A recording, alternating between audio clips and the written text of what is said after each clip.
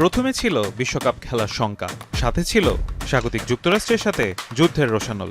বাকি দলগুলোর মতো আমেরিকাতে ক্যাম্প করারও অনুমতি পায়নি ইরান।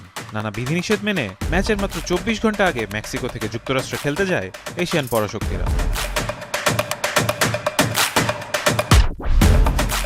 সব প্রতিকূলতাকে পেছনে ফেলে দ্য গ্রেটেস্ট শো অন আর্থে দারুণ এক লড়াই উপহার দিল ইরান ও নিউজিল্যান্ড। ম্যাচের শুরু থেকেই চমক দেখায় নিউজিল্যান্ড। মাত্র ৭ম মিনিটে এলাইজা জাস্ট গোল করে দলকে এগিয়ে দেন।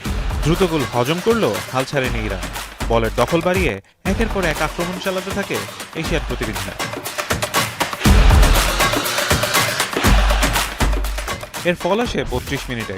অভিজ্ঞ রামিন রেজাইন দুর্দান্ত ফিনিশে সমতায় ফেরান ইরানকে। প্রথমার্ধ শেষ হয় ১-১ সমতায়।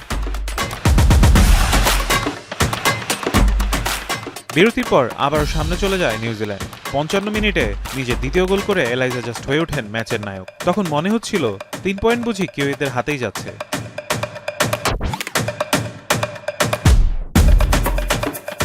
কিন্তু বিশ্বকাপের মঞ্চে নাটক তখনও বাকি। ৬৪ মিনিটে মোহাম্মদ মোহেবি গোল করে আবারও সমতায় ফেরান ইরানকে। এরপর দুই দলই জয়ের জন্য মরিয়া চেষ্টা চালালেও আর কোনো গোল হয়নি।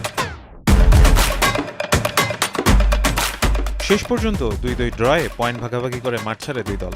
৪ গোল, রোমাঞ্চ আর শেষ বাঁশি পর্যন্ত উত্তেজনা। মাঠের বাইরে সব প্রতিবন্ধকতাকে পেছনে ফেলে লস অ্যাঞ্জেলেসে আত্মবিশ্বাসী খেলা উপহার দিল ৪ গোল, রোমাঞ্চ আর শেষ বাঁশি পর্যন্ত উত্তেজনা। মাঠের বাইরের সব প্রতিবন্ধকতাকে পেছনে ফেলে লস অ্যাঞ্জেলেসে আত্মবিশ্বাসী খেলা উপহার দিল ইরানিয়ানরা। ফারহান ইহসান, এখন।